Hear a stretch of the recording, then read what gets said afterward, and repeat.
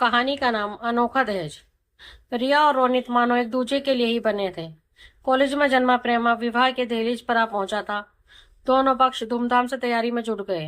रिया खुश तो थी, लेकिन एक दुख इस खुशी पर भारी था। उसके जाने के बाद पिता सुरेश अकेले रह जाएंगे। माँ तो उसके बचपन में ही स्वर्ग सितार गई थी और कोई भाई बहन भी न थे। रिया इकलौती संतान थी। अपने पिता से छिप छिप कर रिया रो लेती थी, ताकि उन्हें उसका दुख न दिखाई दे। आखिर शादी का दिन आ पहुंचा। बारात आ गई। स्वागत आदि रस्मों के बाद लगन की घड़ी आ गई। रिया पूर्ण श्रृंगार में मुस्कुराती हुई रोनित के सामने आई। रोनित ने एक भरपूर नजर उसे देखा और उसका हाथ थामकर बजाय विवाह वेदी पर बैठने के उसके पिता के समक्ष जा पहुंचा। सब लोग चकित, पंडित जी हैरान और रिया अवाक।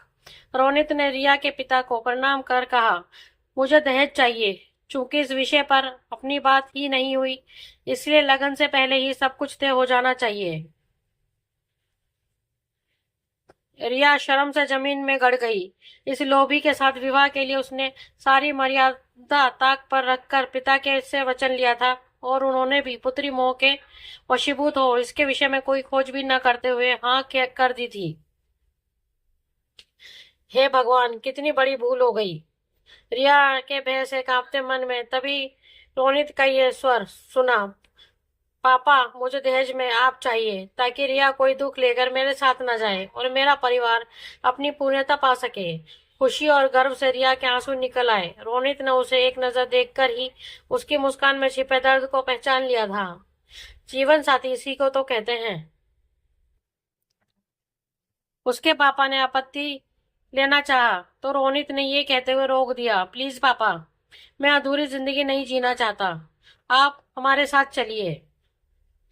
रिया ने रोनित के माता पिता की आंखों में भी सहमति भरा सुकून देखा। उसके पिता के स्वीकृति देने के साथ ही लगन आरंभ हुआ। उस दिन एक परिवार के साथ प्रेम ने भी मानो पूर्णता पाली थी। दोस्तों, आपको हमारी ये कहानी कैसी लगी प्लीज हमें कमेंट में बताएं। अगर कहानी आपको अच्छी लगी हो तो अपने दोस्तों के साथ शेयर करें और हमारे चैनल को लाइक एंड सब्सक्राइब करना ना भूलें। धन्यवाद।